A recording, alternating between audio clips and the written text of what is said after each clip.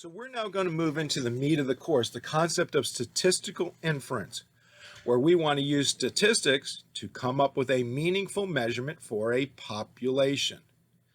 We're going to hope that our sampling, remember, we need to sample because we don't have the resources or the ability, the time, whatever it might be, to run a census of an entire population. We use sampling to try to come up with a meaningful estimate of a value associated with a population. And to kick that off, we're going to work with this box. I'm going to shake it and tell you that inside this box is a number of pencils. And what I've done with these pencils is I've labeled them. I've put a sticker on each one, labeling them sequentially from 1 up to the total number of pencils in this box.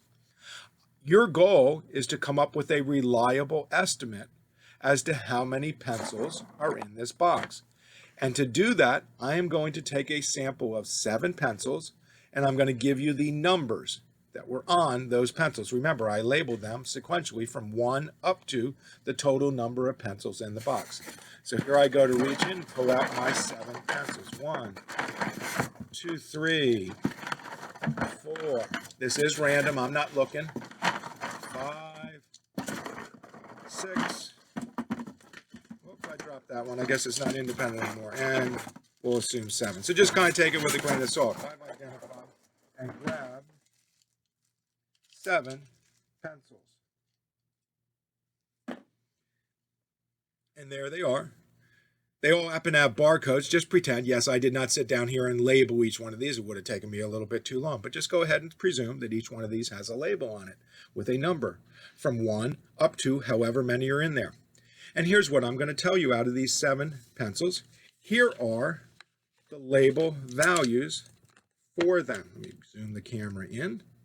And there you go. 7 values representing. And by the way, I've sorted these already to make it a little bit easier for you to just kind of recognize the numbers. Just kind of arrange them. 16, 123, 180, 183, 214, 251, 305. You might notice I took 7. Good strategic reason for that is if you go back to our original days when we did 1 var stat, so on and so forth, having 7 numbers made it very simple to work on like a 5-figure summary. But what I want you to do is come up with, using these 7 numbers, your own statistic. And that statistic is your estimate of how many pencils you think are in the box.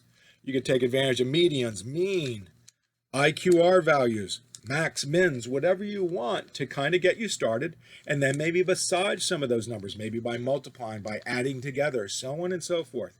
But I want you to come up with your own system, your own statistic based on this 7 pencil sample to predict the number of pencils in that box. Off of this, we're going to do a little bit more work that will be identified for you in a separate line item in the portal. But this is our kickoff video to just get you started and understand the process we're talking about.